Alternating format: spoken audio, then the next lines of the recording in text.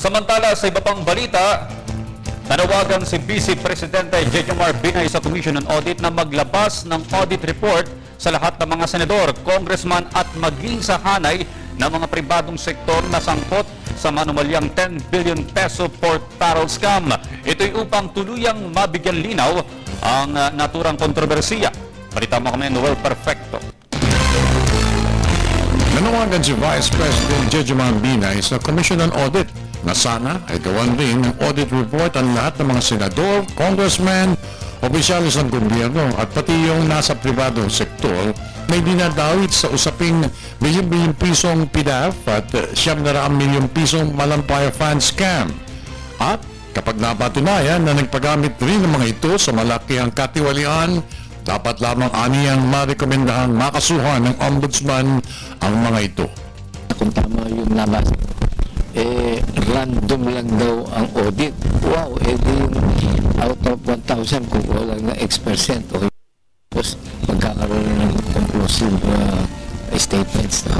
Napaka-unfair naman lang. Tsaka number 2, dapat sinasabi lahat dahil sa yung nangyari sa Senado. Kung hindi pa natanong kung meron pa, hindi naman lumabanggitin. Idinagdag pa ni Binay na mabuti at nagpakita at tuluyang sumuko na si Janet Lim Napoles para magkaalaman na kung sino-sino nga ba ang mga namantala sa kaban ng bayan na mahigit 10 taon para masampulan ng hustisya ng bayan at ilagay sa dapat nilang kalalagyan.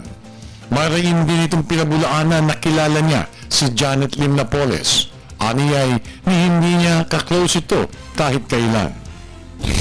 Sa Diyos at sa tao po.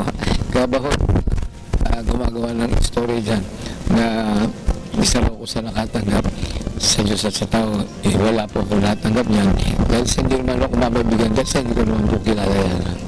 Samantala, personal na pinabot naman ng pangalawang Pangulo ang serbisyong tulong ng Pamahalang Aquino sa mga taga-probinsya ng Rizal, partikular yung mga grupo ng senior citizens at yung mga nasa nakaraang mga bagyo.